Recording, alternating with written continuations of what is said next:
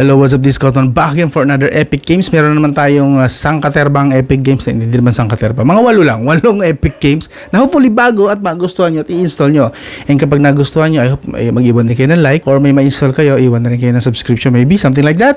Pero bago tayo mag-umpisa, syempre, banggitin muna natin ang ating sponsors. So, yes, may sponsor na po ang ating Epic Games segment. Si Dingtone. Okay, si Dingtone po ay free calls and text for everyone. Okay, yung free calls and text for everyone po is pwede po kayong tumawag at mag-text gamit ang cellphone number to number. Yes, pwede naman si Messenger. I know that. Pwede rin sa Telegram. Ang dami ng chat ngayon. Pero yun ay accessible through internet to internet. Si Dingtone po kasi kaya niya rin tawagan kahit na mga cellphone number at landline. Ganon. Hindi lang dito sa Pilipinas, pati sa ibang bansa. Globally available po si Dingtone. So kapag na-install siya, available nga po pala sa App Store ng Apple, sa iPhone, and Google Play Store. So once na na-install nyo na siya dito sa, like sa akin, sa Google Play Store, open nyo lang, and makakakuha po kayo ng credits. Usually, nag-start kayo sa 10 credits lang, pantawag and pantext. Yon. Kung gusto nyo po makarami ng credits, pwede po kayong pumunta dito, get free credits. Yan, may mga tasks na ipapagawa sa inyo, bibigyan kayo ng credits, pantawag and pang-call. Papansin nyo, nakarami na rin naman ako. Actually, 400 plus yan naipon ko. So, nagamit ko na pantawag sa Canada tsaka sa US. So, basically, gamit ko na siya. And last year ko pa actually nagagamit si Dingtone na nakapag-sponsor na rin kasi sila last year dito sa channel. Epic Apps naman last year. This time, Epic Games naman ang ini-sponsoran nila. So, pwede po kayo manood ng mga ads, mag-install ng mga games, then dadagdagan kayo ng credits. Pwede po. Yun po ay kapag tinatawagan at tinetext nyo is walang Dingtone. Kayo lang ang may Dingtone. Pero kung makukumbinsin nyo yung kausap nyo sa ibang bansa na mag-install din ng Dingtone, free po. Free ang call and text one to sawa only. Dingtone to Dingtone. Okay? Sa ibang bansa. Okay? And mayroon pa silang actually iba pang feature. Call recordings. Kung gusto nyo i-record yung calls while na tumatawag, pwede po. Pakita ko lang sa inyo saglit kung paano ginagawa. Like nga, tatawag tayo. Napapansin nyo, meron tayo dito mga features na available. Yun. Yes, pwede kayong tumawag number. Number po ang tinatawagan natin ngayon. I'm sure tulog yan ngayon kasi madaling araw doon sa tinatawagan ko. And kapag hindi nasagot, pwede po kayo mag-iwan ng voice message. O, gano'ng kalupit yun, di ba? Eto pa, add ko lang. Just in case na gusto nyo magkaroon ng cellphone number mismo sa ibang bansa, okay, para pag tumatawag kayo mas mura kasi ang i-call nyo is local to local ang mangyayari, pili lang kayo dito, punta kayo dito sa Connect, okay, and then pili kayo ng bansa na gusto nyo na magkaroon kayo ng local number. Kung napapansin nyo, nagkaroon na ako ng Canada number, okay, in-avail ko yan, and may bayad po yan actually mga around 500 credits yata para mag-avail yan ng 1 year. 1 year nyo naman pwedeng gamitin yon. And then pag nakapili na kayo, like kunwari, pili tayo, testing lang, US, okay, available sa US na to is voice, SMS, and MMS. So, open natin. Pagka in-open nyo, pili ka ng anong area code ba ang available. Like, kunwari, 201. Search. Yun. So, pipili kayo dito. Yes, pwede po kayong pumili. Nasa inyo po ang freedom. So, pili kayo dito. Like, kunwari, yung madaling masaulo para sa inyo, madaling tandaan para sa inyo. Like, itong 1161. Yan. Pwede na yan. And then, continue. And then, sasabihin sa'yo kung magkanong credits per year yon. Babayaran mo for the whole year na yon. Okay? And then, syempre, kapag ginamit mo yung number niya, magiging local to local call na yon or SMS. So, mas mura. Mas makakatipid ka na nga naman. Kasi, yung number na gagamitin mo pantawag sa tropa mo, same na ng bansa. Diba okay? Yan. Sa Dingtone po yan. Again, available po yan sa Google Play Store. Iwan ko yung link sa video description. At ito pa, bago tayo matapos dito sa sponsorship na to, mag-comment lang kayo kung anong napili nyo mga games. Dito sa Epic Games sa video na to, kung may napili kayong games. And pipili ako ng 5 winners na magkakaroon ng 200 credits. 200 Dingtone credits sa 5 mapipili sa comment section. Sabihin nyo lang po kung ano yung napili nyong games and then iwan nyo yung Dingtone ID number. Okay? Ang Dingtone ID number, just in case na hindi nyo alam, is ito po. Yan. Iwan nyo yung ID number nyo plus yung game na napili nyo, sabihin nyo sa comment section. Pipili ako ng 5 na magkakaroon ng 200 Dingtone credits. Alright? So yun, continue na tayo sa Epic Games list. Let's go! Hello, what's up? Ito na naman tayo sa games. Epic Games tayo. Ito na po ang last Epic Games para sa taong ito. Next year na ulit yung kasunod. So, ito na po. Wala na paligay-ligay. Diretso na tayo. Unang-una sa listahan, Unkilled. Free online shooting game po ito. Free online shooting game. Okay? Wala po kayong babayaran. Point and shoot lang ito with auto fire feature. So, auto fire lang po. Pag tutok nyo sa kalaban. Na-detect niya na may kalaban sa harap, putok lang ng putok. Boom, panis. Graphics is average naman siya. Hindi ganun katindi yung graphics, pero pwede na to. And can work on low-end budget devices. So pwede to kahit ng mga low-end po yung mga smartphones nyo, mga budget lang, mga entry-level na smartphones. I believe kayang-kaya itong game na to. Gawin mo lang, barilin mo lang lahat ng zombies that are trying to take over your city. Ano pa nga ba? Siyempre, pagka mga zombies kalaban niya, barilin nyo ng barilin, ubusin nyo. Siyempre, along the way, tutulong din kayo sa mga kapwa nyo tao.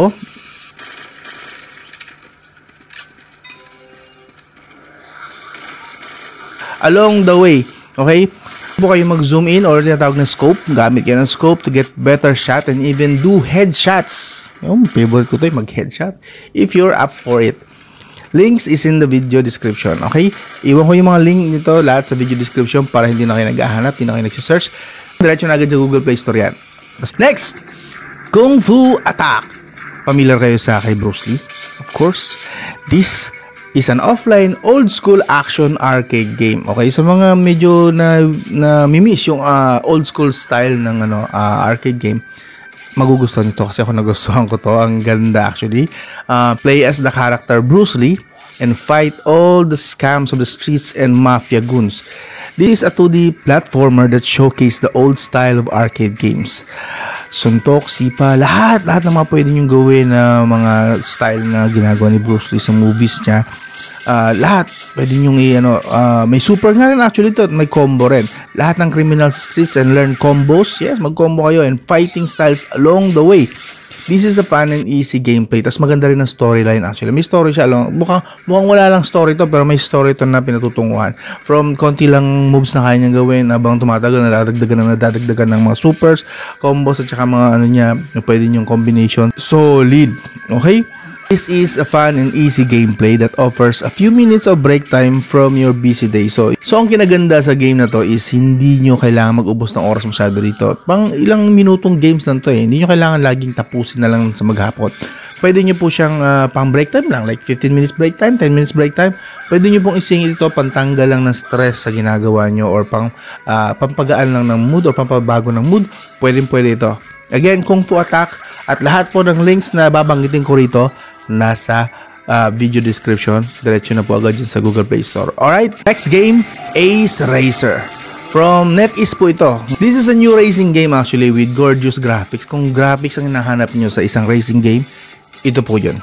Tapos ang ganda rin kahit paano ng gameplay. Okay, hindi perfect, of course, hindi ito perfect. But if you are looking for adrenaline rush, racing game ang trip mo, at ang ganda ng graphics, talagang colorful sa colorful. Ito po yon. Race against other players around the world. Ang kalaban nyo po rito mga kapwa nyo, players din na tao.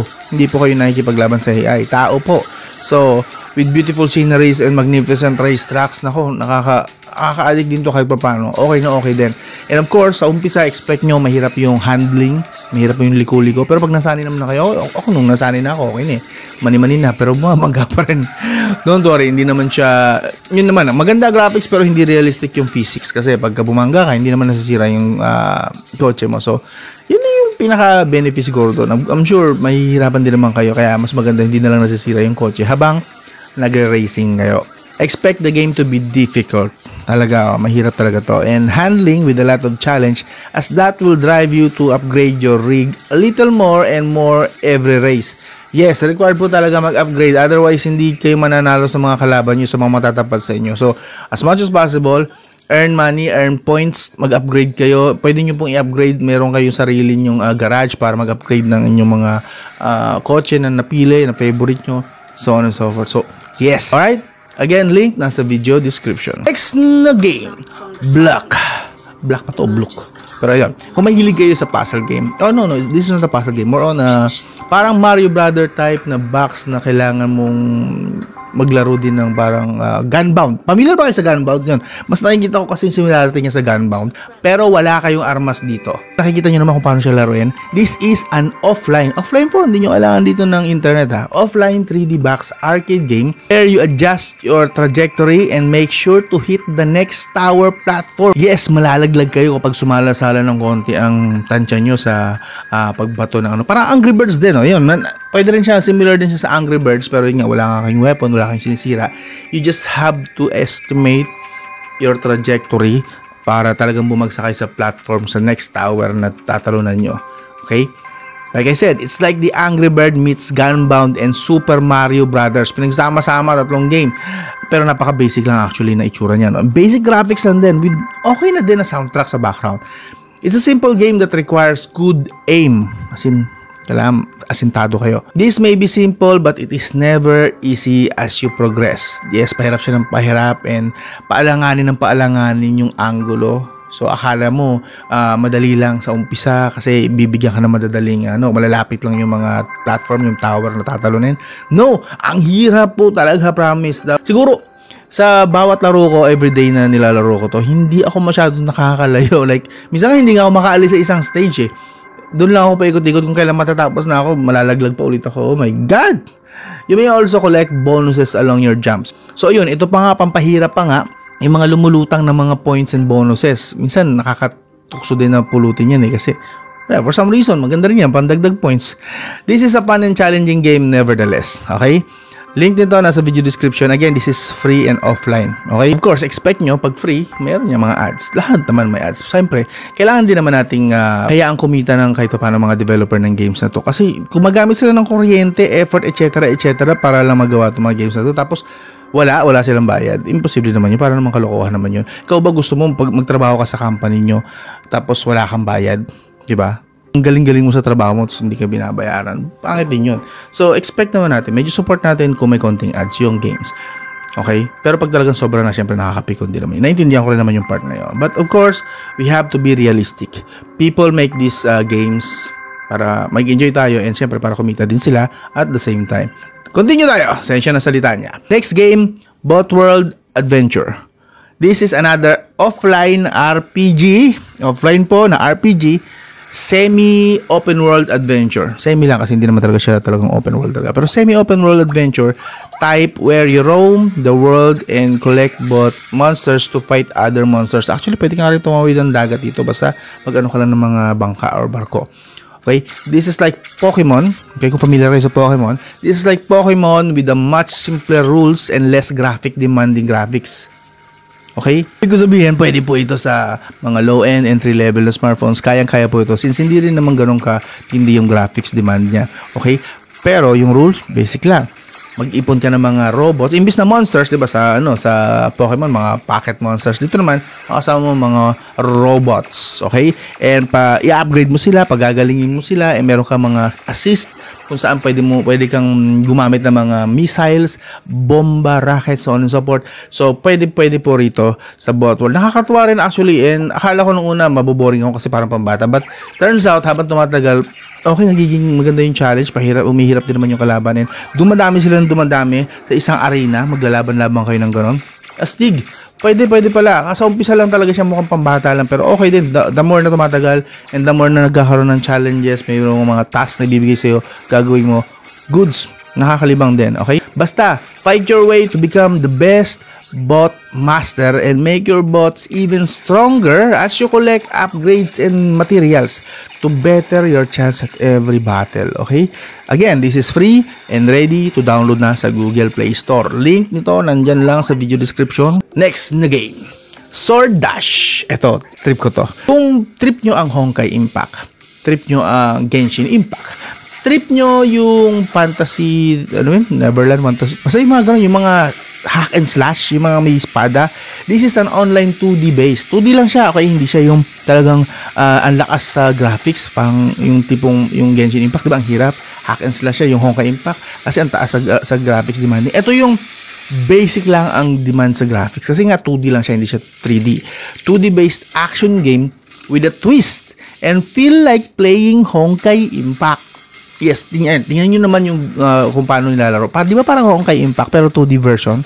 Is best for low-end devices users but still want to enjoy the hack and slash experience of the Honkai Impact game. Controls are good and the graphics, while less demanding, is superb with an upbeat good soundtrack.